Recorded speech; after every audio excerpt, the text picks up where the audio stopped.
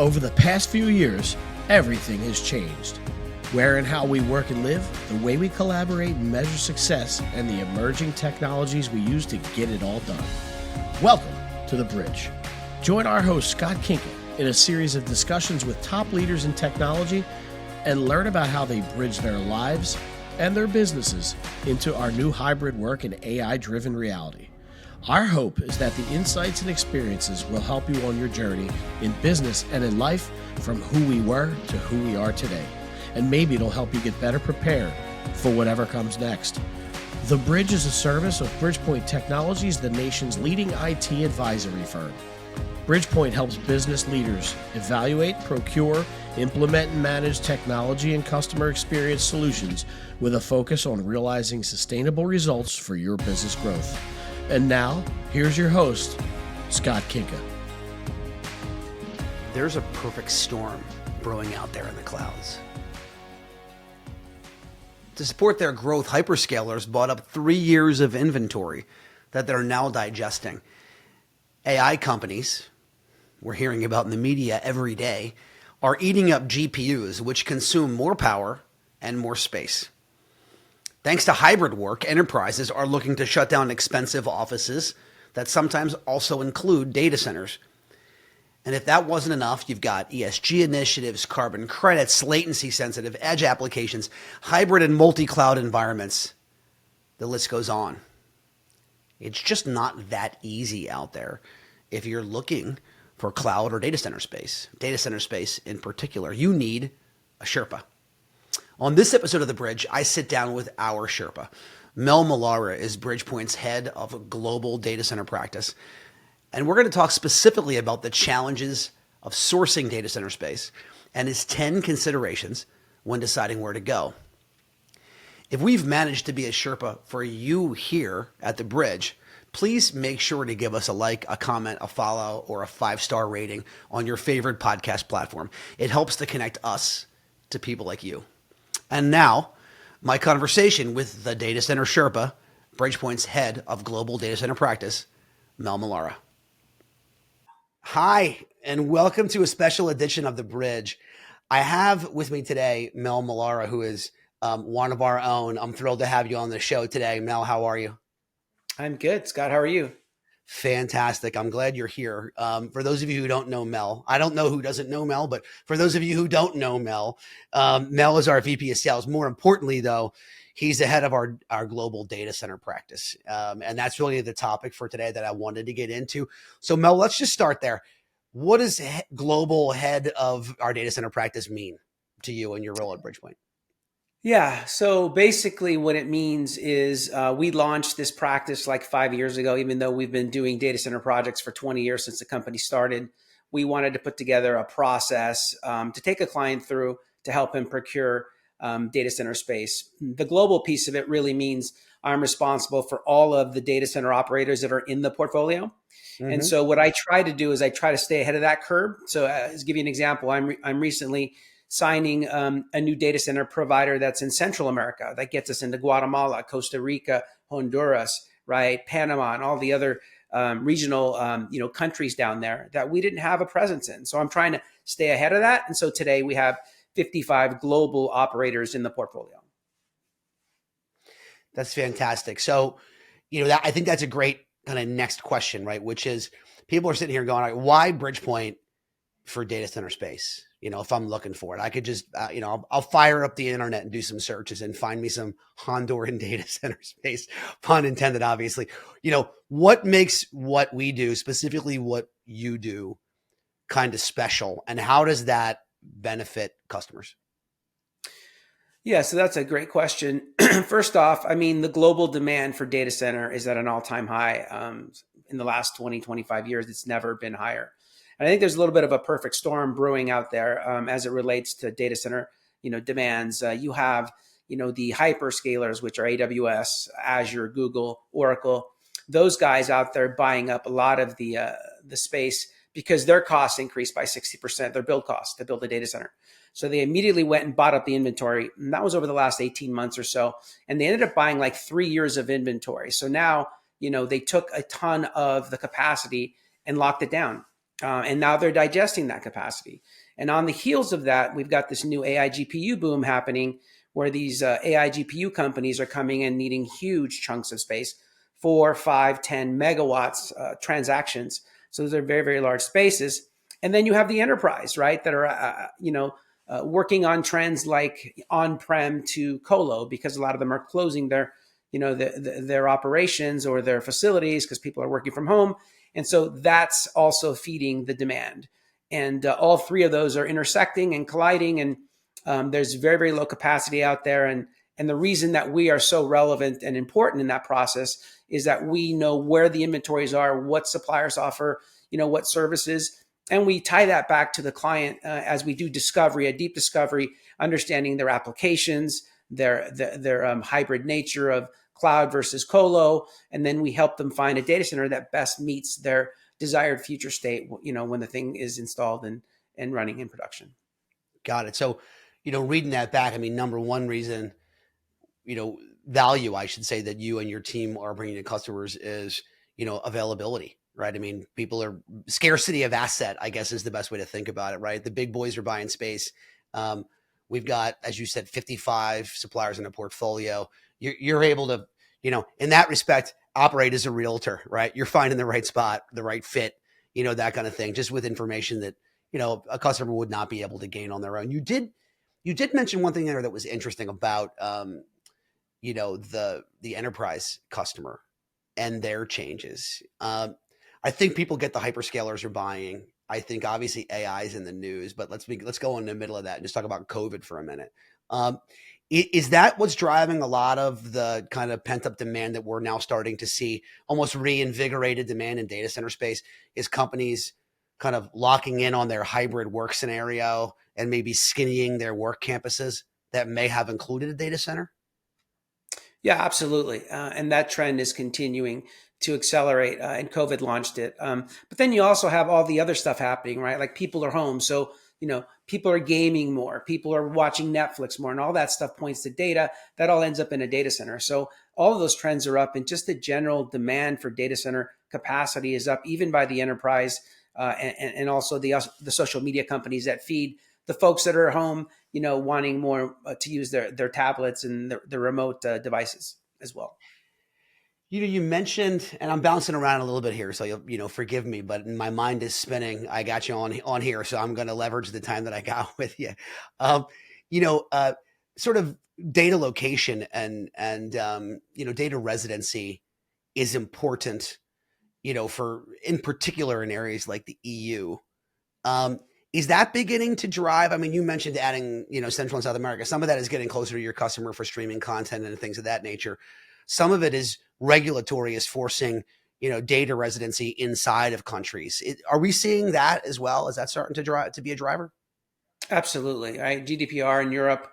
We've got compliance in North America. It depends on the industry, right? Obviously, financial services, healthcare, highly regulated in terms of compliance. So we definitely bring that into play. We have some government clients that we work with that have government compliance requirements. Some that I can't talk about today, but certainly they are important out there. So they are definitely driving where somebody wants to be and what type of, compliant data center they want to be in. Completely. So, you're mentioning compliancy. So I'm feeling a natural bridge. Let me hit you with the next one. And again, I think this kind of goes along with regulatory and compliance.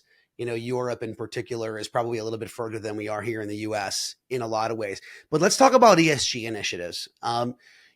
Data center footprint or cloud footprint, right? And ESG initiatives are often now getting mentioned in the same breath. Why is that? Tell me a little bit more about that and how we help. I think some of the standards bodies out there are recognizing that the demand for data center space is going through the roof. It's going to continue to operate, and they want those data centers to operate with clean energy. So there's climate change. There's all kinds of things going on that's impacted by all the carbon and stuff that we burn that's generated by the data centers, which are the biggest culprits. So there is a huge drive for environmental social governance to where they want, 100% renewable energy powering these data centers. And all the data centers are moving in that direction. Some are ahead of others. Obviously I know the ones that have 100% renewable energy, either powered by hydro, solar, wind, even nuclear in some cases, which is considered clean energy as well. So it really depends. I think most across the U.S. are probably operating at about 40%, clean energy. The rest, fossil fuels, carbons, what have you. But I think they're going in that direction. And if a client, is very important to them to get 100% renewable energy, we can help them find the right data centers to fit that need. Certainly. This has come up a little bit. People in the US, to your point about 40%, let's say, of data centers or users, let's say in the US, are trying to run off a clean, probably a little bit different, higher percentage in Europe and some other parts of the world. Can you share about the concept of carbon credits with me? We've seen that pop up a lot, whether that be sort of trading credits or gaining credits for going into the right data center. For those who aren't aware, can you just give a quick definition on carbon credits and just sort of that whole sub market and how that's affected, in and around data center selection? Yeah, some companies, because they're publicly traded, because they're reporting to their shareholders, they want to be 100% renewable energy, are only buying data centers that are 100% renewable energy. And what they find when they go to the marketplace is not everyone has it. And so they might go to, let's say, a data center within the Silicon Valley, and it's being powered by Silicon Valley Power. And Silicon Valley Power runs about 38 to 40%. It's published, clean energy. The rest is fossil fuels.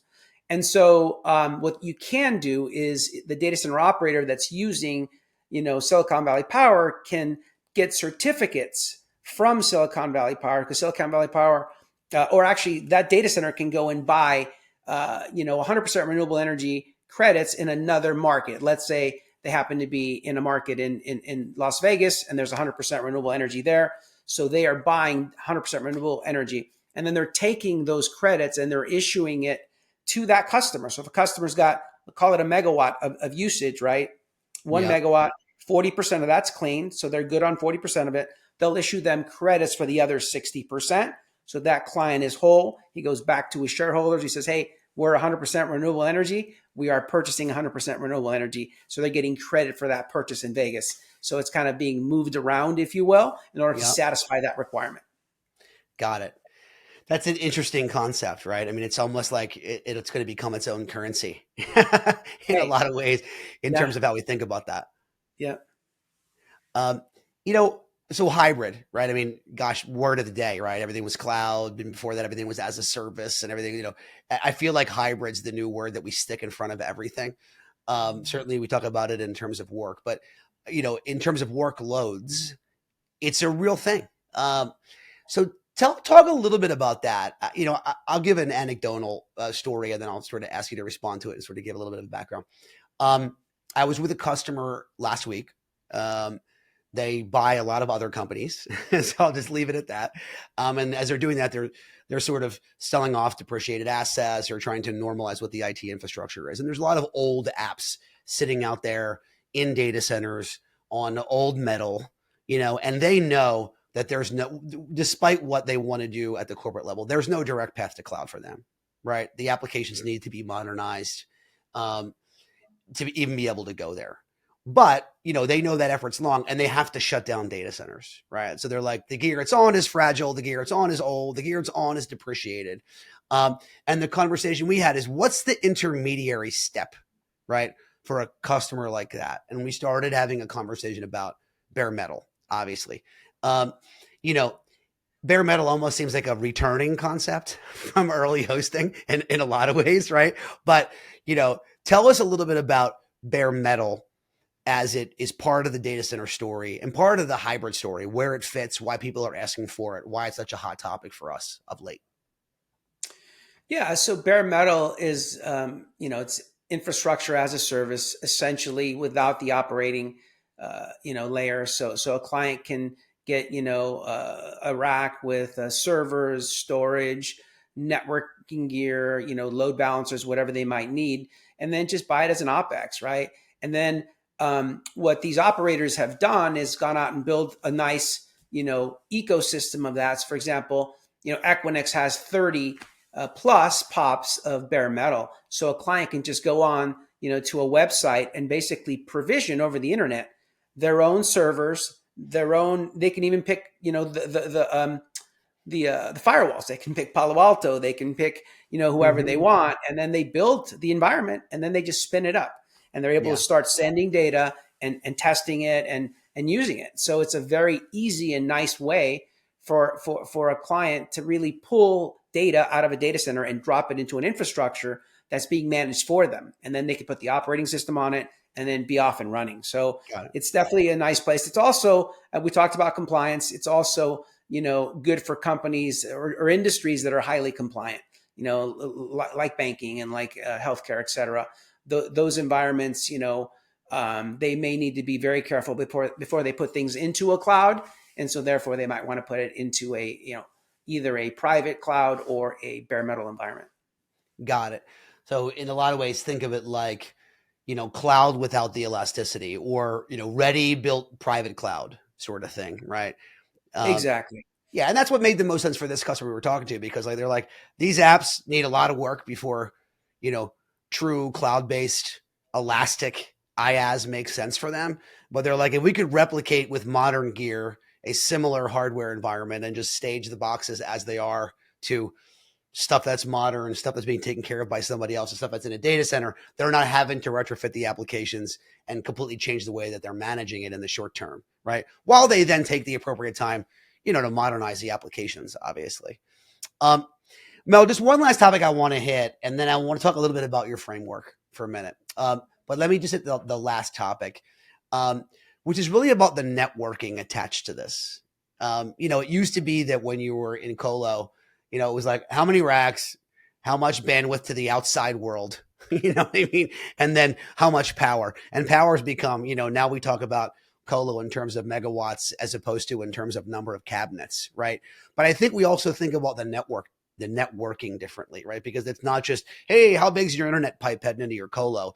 It's about, the back end fabric of the data center, their ability to get to and interconnect with public clouds logically as opposed to physically. Like, talk a little bit about how important kind of the logical networking infrastructure in a colo has moved up the stack in terms of importance, as opposed to just, the days of wiring the big old internet pipe into the rack. Yeah, and again, I think the data center is the central part, right? Whether it's a core or an edge data center, right? It needs to be interconnected. Every data center infrastructure decision is coupled with a network infrastructure decision. But to your point, Scott, a lot of the larger operators are interconnecting their data centers, and they're coming out with fabrics, right? These are generally layer 2 Ethernet fabrics that interconnect all of those data centers together. And then they give you like an SDN like portal. So you can go on that SDN portal and you can just self provision to anybody they're connected to. So if someone's got an ecosystem of hyperscalers, of SaaS providers, of other customers, and you want to connect to them, you just go up, you go onto their portal, and you're able to provision that on your own.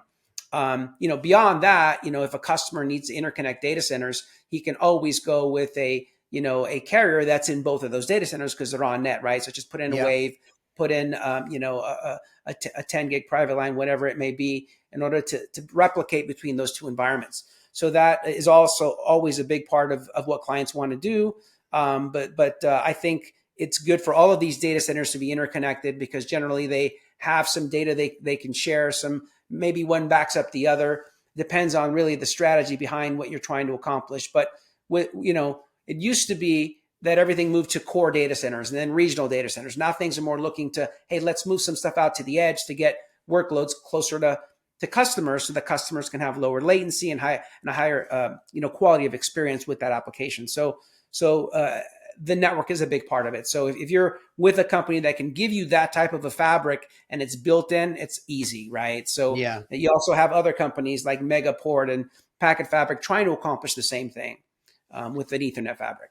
Makes sense. And those companies are in the ecosystems of the data center providers, right, as well. So they can Correct. make that happen. Fair to say that edge case is not just based on low latency on the application side, but also to support, emerging IoT applications as well. That's why some of that logic is getting pushed out to edge.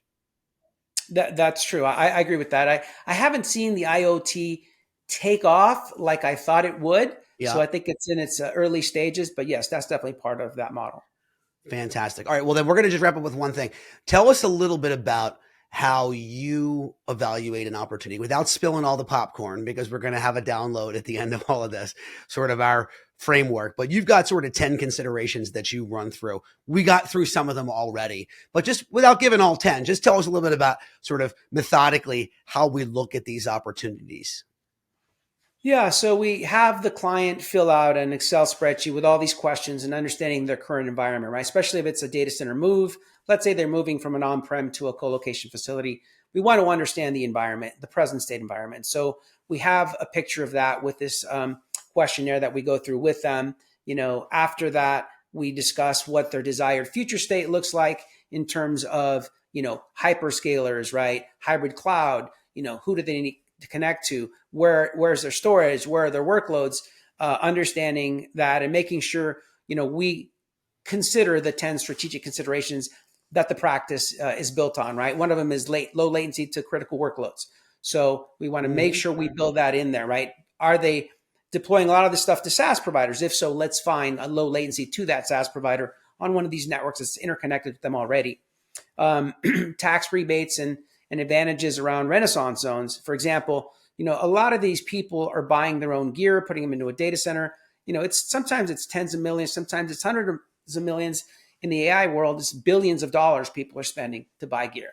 So when you buy gear, if you're in a data center in California, when you ship that gear to that California data center, you're going to pay close to 10% tax on that gear. So 10 million bucks is $1 million of taxes. That's material money, right? So if you pivot and if you were to move that to Hillsboro, which has a Renaissance zone, or Arizona, you pay zero tax, right? So you just saved $1 million. That needs to go into the ROI, right? So we basically help them understand those things. It might be important to them, it might not, but we certainly can help them with that, right? We talked about green energy, ESG initiatives. PUE is something we talk about. Power utilization effectiveness. How efficient is that data center, right? A low PUE, like 1.3, for example, means that for every kilowatt that a data center operator generates, it takes them a third or 3/10 of a kilowatt, 1.3, to cool it, right? That's the overall cost. So that also means it's an efficient facility. If they're in a 1.6 or higher PUE facility, their fans are going to kick on all the time. The gear is going to be taxed, and their refresh might not come in in 5 years. It might come in 3 because the gear has been taxed because they're in an inefficient environment. So those things are things we talk about to make sure they understand. Carrier availability matrices, peering exchanges, those things are also important. Hyperscalers they want to connect to. How do they connect to hyperscalers? The network piece you talked about. So those are just a few of the things we talk about with the client. And some of them are important to them and some of them are more important to them. So Mel, let's wrap it up with success. I mean, and I'm going to put you on the spot on a number. I think the last time we were able to calculate this where we had numbers to compare it to, it might've been 21 or 22. I'm not sure, but I've heard you share a stat about the amount of kilowatts of colo that were sold in a particular year in the United States and the amount of that was, consulted on, sold through, if you will, your data center practice and obviously the entire broader Bridgepointe team. Can you share that?